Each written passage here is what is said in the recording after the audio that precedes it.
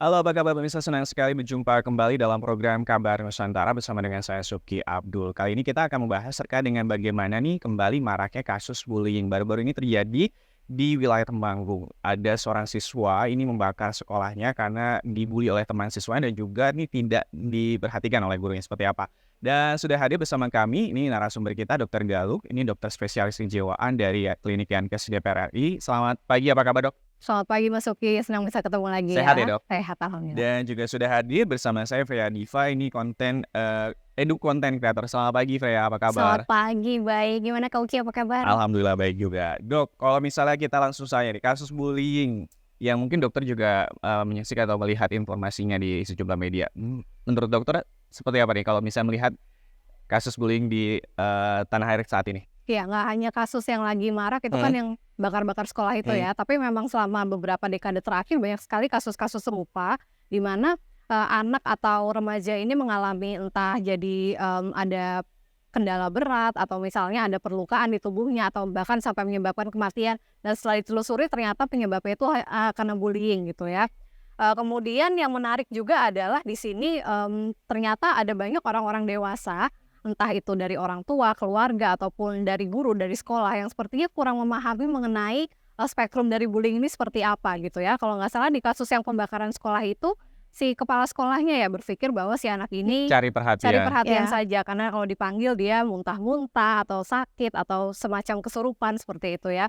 Dan juga di klinik banyak sekali ditemukan hal-hal yang mirip seperti ini gitu. Jadi ada anak dia mengalami penurunan di performa sekolahnya atau dia menjadi seringkali sakit, jadi seringkali bolos, tidak mau ikut pelajaran dan lain sebagainya dan guru serta orang tua ini bertanya-tanya anak ini kenapa? Apakah dia memang cari perhatian aja atau dia memang malas gitu. Jadi masih ada pandangan-pandangan yang sepertinya orang tua dan guru ini belum paham kalau apa yang terjadi sebetulnya adalah Sudah masuk kategori dampak bullying. dari bullying Oke. tersebut. Kalau Freya sendiri nih sebagai edu content creator melihat kasus bullying di Indonesia kan bukan satu kali, ya, dua kali, sering kali terjadi apalagi khususnya di dunia pendidikan baik betul betul SD, betul SMP, betul SMA betul. bahkan kuliah. Kamu sendiri melihatnya gimana? Oke, jujur banget pas pertama kali lagi isu kasus bullying itu marak lagi ya Kak ya, karena kemarin anak SD ini sebetulnya jujur respon pertama tuh kaget. Karena saat ini mungkin erat kaitannya juga dengan dunia digital, yang kita tahu kasus bullying itu biasanya atau mungkin hadir karena pasca pandemi itu adanya di sosial media. Kasus bullying yang menggunakan media digital dan lain sebagainya biasanya dialami oleh anak-anak sekitar usia di SMA sampai kuliah, tapi ternyata SD pun ngalamin itu. Jadi, mungkin perasaannya sangat amat prihatin ngelihat bagaimana keadaan adik-adik SD yang juga ternyata sudah mengalami hal tersebut dan betul tadi kata dokter juga bahwasanya masih minim kesadaran dari pihak bahkan sekolah dan juga orang tua yang ternyata sebetulnya kalau kita, ulik lebih dalam itu perannya sangat amat penting dalam kasus bullying itu sendiri. Oke, Dok, kalau misalnya dokter sendiri mungkin ada beberapa masyarakat kita boleh kasih tahu lagi informasi ini lagi nih ke pemirsa dan juga masyarakat mungkin juga para orang tua jenis bullying atau seperti apa sih yang sudah bisa disebut dengan bullying atau sebenarnya seperti apa bullying itu, Dok? Ya, dikatakan sudah perilaku ini sudah merupakan bullying apabila dia ada 3 hal gitu. Oke. Yang pertama adalah ada suatu perilaku agresi yang dilakukan satu pihak ke pihak lainnya. Kemudian yang kedua, perilaku agresif ini dilakukan berulang kali. Jadi nggak cuma sekali aja, tapi terus-menerus dalam jangka waktu tertentu. Dan yang ketiga ada ketimpangan power. Oke. Artinya pihak yang melakukan tindakan agresi itu berpikir bahwa pihak yang satunya mempunyai power yang lebih rendah dibandingkan dia. Nah, kemudian agresi ini yang dilakukan apa saja bentuknya? Ternyata banyak.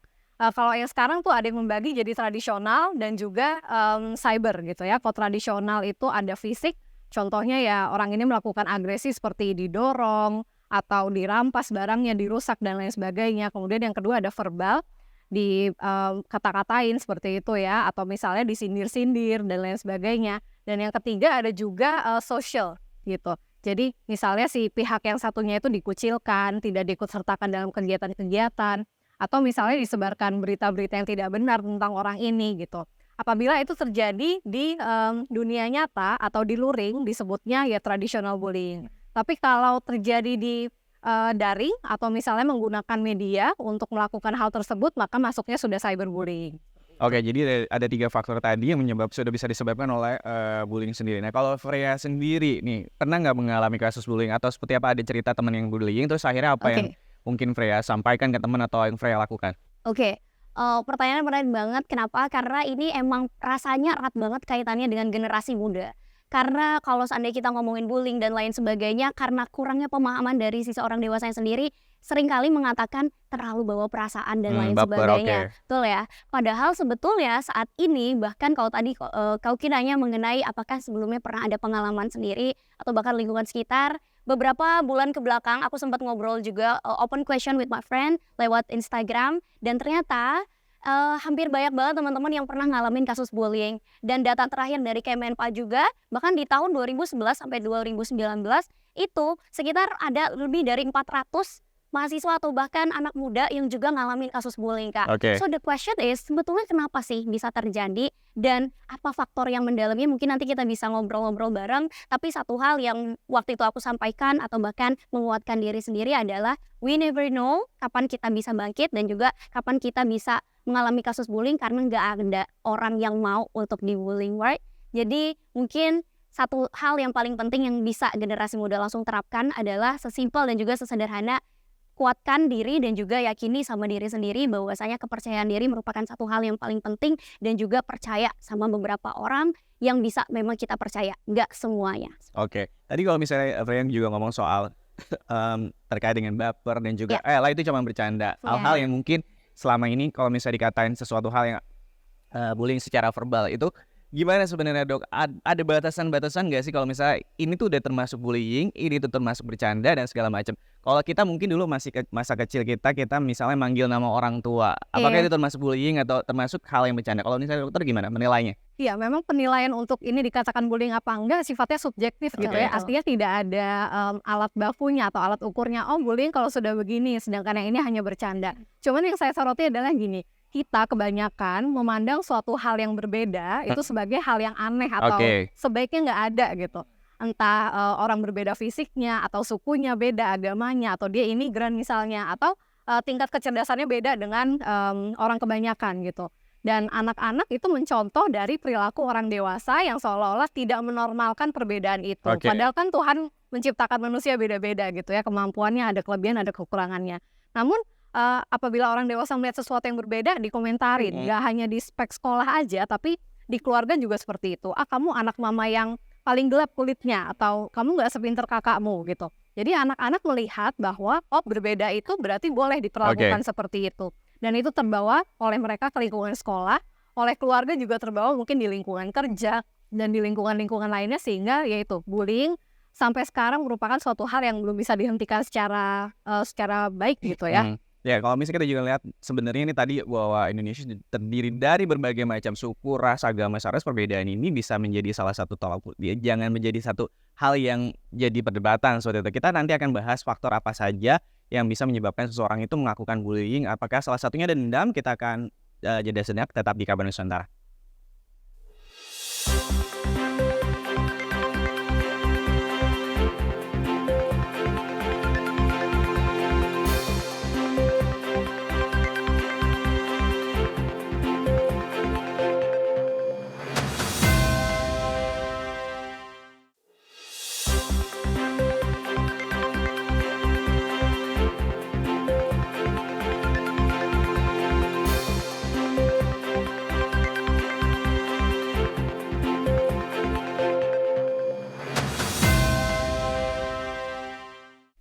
Kembali lagi di Kabar Nusantara. Dokter, kalau misalnya kita membahas faktor-faktor apa saja sekiranya yang membuat orang itu melakukan bullying sih sebenarnya? Kalau faktor seperti yang tadi sudah disebutkan, sebetulnya anak ini kan belajar dari awal itu dari spektrum keluarga dulu gitu ya. Sehingga kalau dia melihat kebiasaan-kebiasaan di keluarga yang mengarah ke bullying, maka dia akan berpikir bahwa ya udah, melakukan hal itu merupakan hal yang biasa aja, wajar. Betul, bisa dilakukan. Kemudian selain itu ya tentunya kan kebanyakan bullying terjadi pada anak dan remaja, di mana anak dan remaja ini perkembangan otaknya belum maksimal.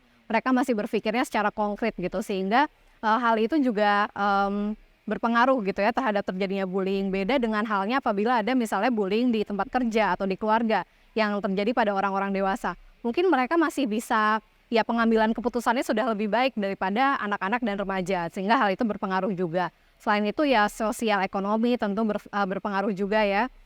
Apakah misalnya si anak ini menderita gangguan-gangguan tertentu, misalnya dia seorang anak yang hiperaktif, sehingga dia tidak bisa mengontrol apa yang dilakukannya, impuls-impulsnya gitu. Itu juga bisa menjadi salah satu faktor dari bullying ini. Oke, kalau dari Freya sendiri, menurut Freya apa nih banyak kasus bullying yang terjadi di Indonesia, khususnya misalnya di dunia pendidikan, apa yang menjadi faktor menurut Freya sendiri melihatnya? Oke, sebetulnya untuk faktor ini aku membaginya ke dalam 3. Pertama dari individu, kedua lingkungan, dan ketiga sosial. Dari individu sendiri, mungkin tadi juga sempat disampaikan oleh dokter bahwasanya mungkin ada juga beberapa orang yang ketika melakukan atau mungkin tidak sadar menyampaikan segala sesuatu ke temannya, itu dia tidak sadar bahwa itu adalah bullying.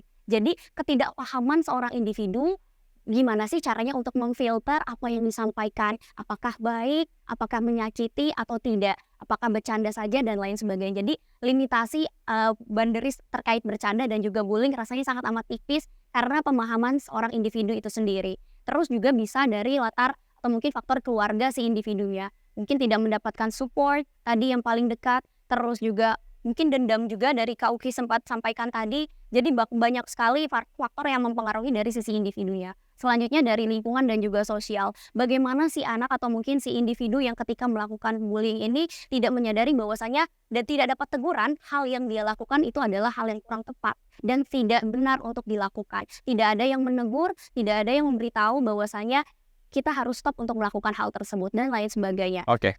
Ya, Dok, kalau misalnya kita melihat misalnya tadi dendam apakah juga bisa menjadi salah satu faktor? Kalau misalnya kita nggak mau ya kejadian seperti yang apa terjadi misalnya di Amerika ataupun juga negara-negara di Eropa, di mana misalnya kasus bullying, dendam akhirnya nembak teman-temannya, dan kita berharap itu tidak akan terjadi di Indonesia.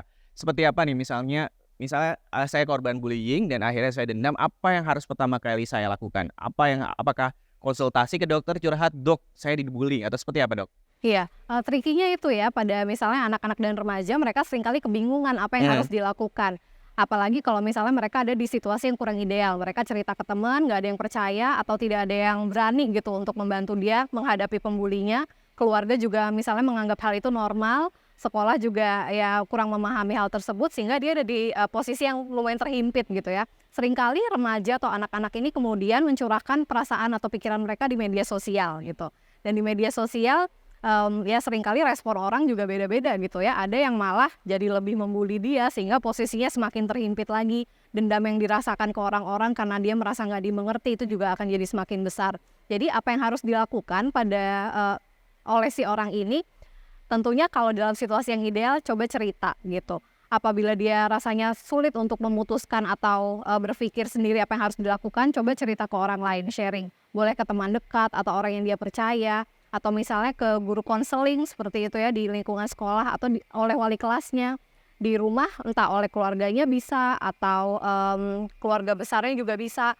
Apabila orang-orang di sekitar ini kemudian melihat bahwa anak ini sudah terindikasi mengalami suatu gangguan yang menyebabkan hendaya seperti itu ya, fungsinya dia sudah menurun, maka sebaiknya ya orang-orang terdekat mengusulkan untuk pergi ke profesional kesehatan jiwa atau ke tenaga kesehatan terdekat misalnya untuk mendapatkan bantuan. Oke, kalau dari Freya sendiri apa yang misalnya ada teman Freya termasuk salah satu korban bullying, apa yang pertama Freya sarankan? Dengerin dulu atau seperti apa nih, Freya? Ya, betul. Kadang kita tuh bahkan takut untuk mengakui bahwasanya kita pernah dibullying. Jadi jangankan untuk meminta saran, untuk mengakui ke diri kita sendiri aja bahwasanya kita nggak baik-baik aja tuh biasanya anak muda zaman sekarang Kak, itu rasanya enggan dan malu. Jadi paling pertama yang harus kita pastikan, mungkin teman-teman yang nonton juga anak muda di sini, pastikan teman sekitar kita, samping kita, katakan bahwasanya kalian nggak sendiri. Banyak orang-orang yang siap untuk nemenin kalian dan juga banyak orang-orang yang siap untuk mendengarkan cerita kalian tanpa atau mungkin tanpa diminta nasihat atau bahkan advice sekalipun. Setidaknya bersedia untuk mau mendengarkan. Mungkin izin masuk juga terkait tadi sosial media. Biasanya anak zaman sekarang kalau curhat bingung kemana, gak punya teman, gak punya bestie dan lain sebagainya. Jadi larinya ke tweet atau bahkan ke sosial media. Dan betul, respon dari netizen atau bahkan orang-orang yang juga menggunakan sosial media itu tidak bisa kita kontrol. Sehingga mungkin satu pesan lainnya mengenai pemaksimalan sosial media adalah pintar-pintar mempublikasikan segala sesuatu hal yang ingin kita publikasikan. Karena kita nggak akan pernah tahu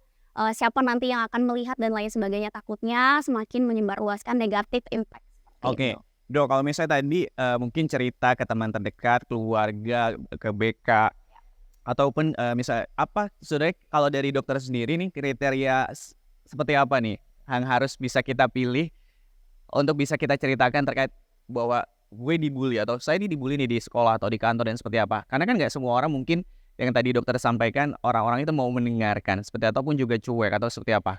Ya, betul sih tadi kata Freya, kita harus pinter-pinter gitu ya memilih, ya entah memilih tempat di sosial media untuk curhat atau memilih orang-orang di dunia yang nyata gitu. Paling enggak orang yang kita percaya dulu deh Oke. gitu. Karena kalau kita masih belum percaya tentunya akan lebih susah ya untuk curhat dan lain sebagainya. Kemudian kalau dirasa orang yang kita percaya kurang bisa membantu atau bantuannya belum maksimal, ya orang-orang yang sekiranya punya power atau punya pengalaman lebih, punya skill yang lebih untuk membantu si orang ini, si korban ini gitu. Entah misalnya ke atasan atau ke guru seperti itu ya, atau ke orang tua atau keluarga yang bisa dia percaya, atau misalnya ya bisa didengarkan oleh orang yang lebih banyak seperti itu. Jadi memang kadang-kadang agak sulit karena penilaiannya kadang-kadang agak bias, apalagi orang-orang yang sedang dalam posisi terhimpit tersebut. Tapi itu kadang-kadang kita perlu tanya misalnya ke teman kita, sebaiknya ada orang lain lagi nggak yang bisa bantu dan lain sebagainya supaya mereka juga bisa memberikan masukan-masukan tersebut. Oke, kira-kira ada nggak ya treatment-treatment khusus yang mesti kita lakukan agar ataupun gitu misalnya kita nggak punya teman atau seperti apa nih ada meditasi kah yang bisa kita lakukan untuk bisa menghindari atau setidaknya menenangkan pikiran dan jiwa kita kalau misalnya kita menjadi korban bullying? Selengkapnya tetap di Kabar Nusantara.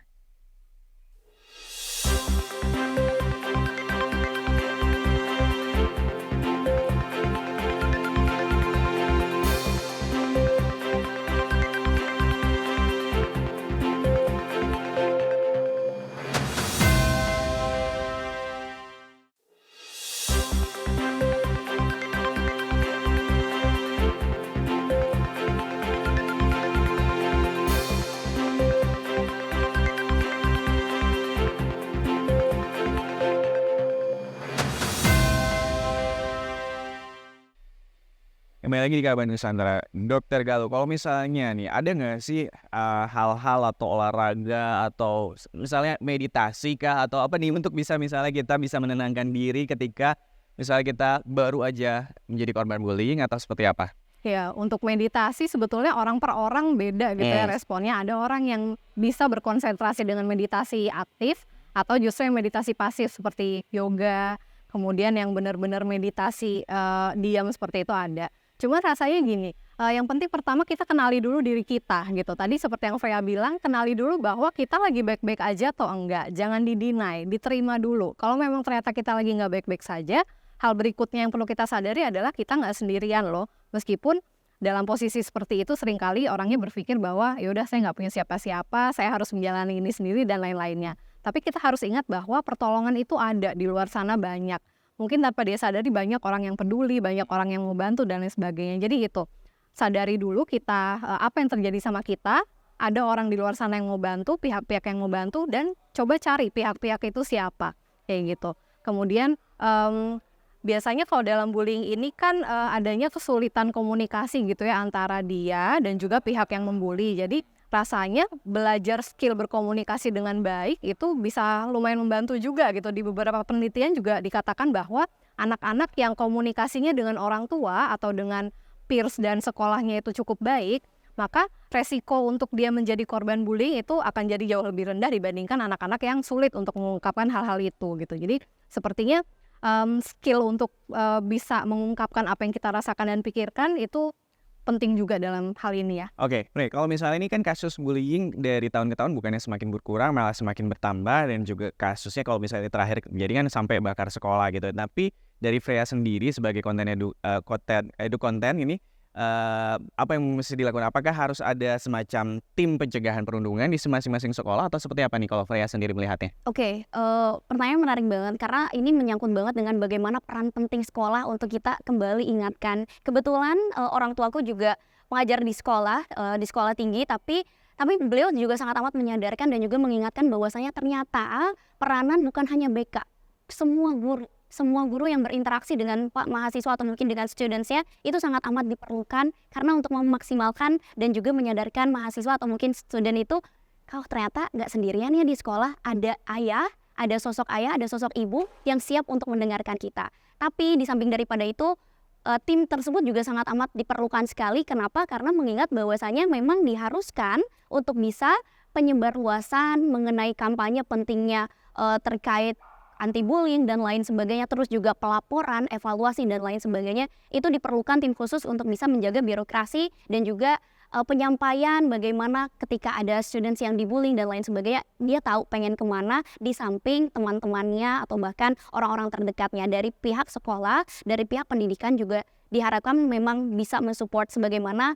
disampaikan oleh dari pihak Kemenpa, bahwasanya hal ini bukan hanya tim hukum saja yang diharapkan untuk bisa berkontribusi, tapi juga pemaksimalan peran dari sisi pendidikan dan lembaga sekolah itu sendiri. Oke. Kalau Dokter Galuh sendiri nih, sejauh ini ada nggak sih teman-teman atau pasiennya dokter yang juga mengeluhkan kan kasus cerita soal kasus bullying ini? Iya, di setting klinik banyak sekali terjadi hal seperti ini dan terjadinya yaitu di Range anak-anak usianya? sekolah. Range usianya biasanya dari anak SD itu sudah bisa terjadi, paling banyak biasanya di SMP atau SMA seperti itu. Oke, terus berarti mereka datang sendiri atau orang tuanya menyarankan atau seperti apa nih? Yang dokter lihat apakah kesadaran untuk bisa langsung datang untuk berkonsultasi itu sudah ada atau memang masih kurang seperti itu? Ya, biasanya datang itu yang menyarankan adalah sekolah atau keluarga. Karena tadi itu si anak ini tiba-tiba nilainya menjadi jelek, kemudian kok ini anak sering sakit-sakitan seperti itu. Kehadirannya juga sering bolong-bolong di sekolah dan lain sebagainya. Makanya mereka ingin tahu sebenarnya anak ini apa sih yang dialami, karena dia juga enggan misalnya cerita ke gurunya karena gurunya nggak percaya, orang tuanya nggak percaya. Dan setelah ditelusuri ternyata itu di sekolah dia mengalami pembulian sehingga dia merasa terancam dan gak nyaman saat dia harus pergi ke sekolah. Oke, Frey, apa nih terakhir yang mesti dilakukan oleh pemerintah, dinas pendidikan atau Kementerian Pendidikan untuk akhirnya bisa mengurangi setidaknya kasus-kasus bullying yang terjadi di lembaga pendidikan kita? Baik. Mungkin dari sudut pandang dan juga harapan kita generasi muda kali ya Kak ya, yang rasanya kita sering sekali untuk bersuara dan juga menyampaikan pandangan kita di sosial media, tapi besar juga harapan kita untuk bisa didengarkan. Dan harapannya sebetulnya diharapkan untuk bisa juga mendengarkan bagaimana hal-hal yang kita rasakan dan juga pemaksimalan kembali peran, karena sebetulnya baik dari Kemenpa atau bahkan dalam hal ini kasus terbaru juga melibatkan dan juga harapan dari Kemenpa sendiri, peranan Kemendikbud juga hadir di sana untuk membentuk tim satgas khusus untuk membahas dan juga menindaklanjuti kasus tersebut. Dari kami sendiri sebetulnya diharapkan untuk bisa pertama memberikan sosialisasi dan juga arahan kepada adik-adik lainnya yang sesama mungkin dari tingkat SD berjenjang, SMP, SMA atau bahkan yang sudah kuliah sekalipun, kita ajak dan juga rangkul bersama-sama bahwasanya pemerintah hadir di sini memang untuk bisa mendengarkan kita dan juga merangkul kita bersama. Seperti itu, bukan fokus atau bahkan hanya sekedar mengerjakan tugasnya sesuai dengan apa yang memang sudah dimiliki, tapi juga hadir dan juga bersifat relevan dan bisa untuk mencakup dan juga mendengarkan apa sih aspirasi yang ingin disampaikan oleh generasi muda tentang permasalahan yang ada. Oke, Dokter Galuh terakhir? Iya, tadi setuju sama yang dikatakan sama Frey. Jadi di beberapa penelitian dikatakan bahwa bystanders atau orang-orang sekitar dari situasi bullying itu ternyata punya peran penting. Jadi daripada kita diem aja kalau melihat ada orang yang dibully, gimana kalau kita menyuarakan bahwa Jadi itu sebenarnya pertama bukan ngerekam ya untuk bukan bisa direkam, di-TikTok biar dapat FYP jangan enggak ya? diviralin, tapi katakan pada pembulinya bahwa itu sesuatu hal yang tidak baik kayak gitu. Itu suatu hal yang salah dan harus dihentikan. Jadi bystanders ini penting banget dan juga saya rasa dari UNICEF juga sudah bekerja sama dengan Kemenpa ya kalau nggak salah, dan juga beberapa yayasan untuk bikin program-program atau modul-modul gitu. Modulnya antara lain ya mengajarkan guru tentang tidak memberikan hukuman-hukuman yang bersifat agresif pada murid-muridnya, dan juga yang kedua modul anti-bullying. Modul anti-bullying ini nggak hanya melibatkan guru sekolah, tapi juga melibatkan tadi tuh keluarga, kemudian remaja, lembaga-lembaga lain, sehingga dikatakan bahwa di beberapa sekolah percontohan di Indonesia kasus-kasus bullying ini semakin menurun gitu,